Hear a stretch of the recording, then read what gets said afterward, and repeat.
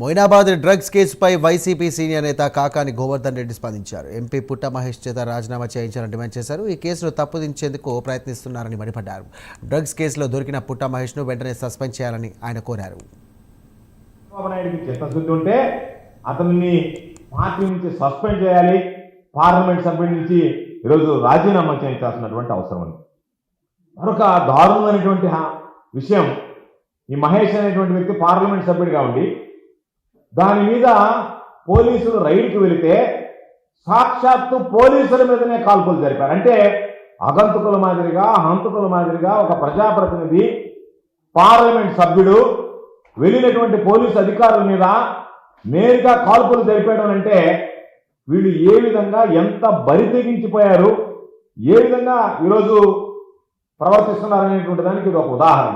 అయితే మాకున్నటువంటి సమాచారం ప్రకారం చంద్రబాబు నాయుడు ఇప్పటికే రంగప్రవేశం చేసి ఈ మహేష్ యాదవ్ ఎవరైతే ఉన్నాడో ఈయన్ని తప్పించడానికి చంద్రబాబు నాయుడు హాట్ లైన్ రాజకీయాలు ప్రారంభించాడు అనేటువంటిది మాకున్నటువంటి సమాచారం. ఎందుకంటే ఇక్కడ ఉన్నటువంటి మన చంద్రబాబు నాయుడు గారికి ఎక్కడైతే మహేష్ యాదవ్ పట్టుబడ్డాడో తెలంగాణలో, హైదరాబాద్లో, అక్కడ తెలంగాణ ముఖ్యమంత్రికి విడదీయరానటువంటి అనుబంధ సంబంధాలు ఉన్నాయి చంద్రబాబు నాయుడు గారికి, రేవంత్ రెడ్డి గారికి అనేటువంటిది జగమెరిగినటువంటి సత్యం. అందులో భాగంగా ఈ మధ్యనే రైతుల నోట్లో మట్టి కొడుతూ రాయలసీమ లిఫ్ట్ ఇరిగేషన్ ఏదైతే ఉందో వరప్రదాయం లాంటిది, దానిని నేను ఆపించి వేసాను చంద్రబాబు నాయుడుతో మాట్లాడి అని చెప్పి సాక్షాత్తు తెలంగాణ శాసనసభలోనే రేవంత్ రెడ్డి చెప్పాడంటే వీళ్ళ బంధం ఎంత బలంగా ఉంది అంటే ఎవరి కోసమైనా రైతు ప్రయోజనాలైనా నేను త్యాగం చేస్తా రేవంత్ రెడ్డి కోసం అన్నట్టుగా చంద్రబాబు నాయుడు ప్రవర్తిస్తున్నాడు.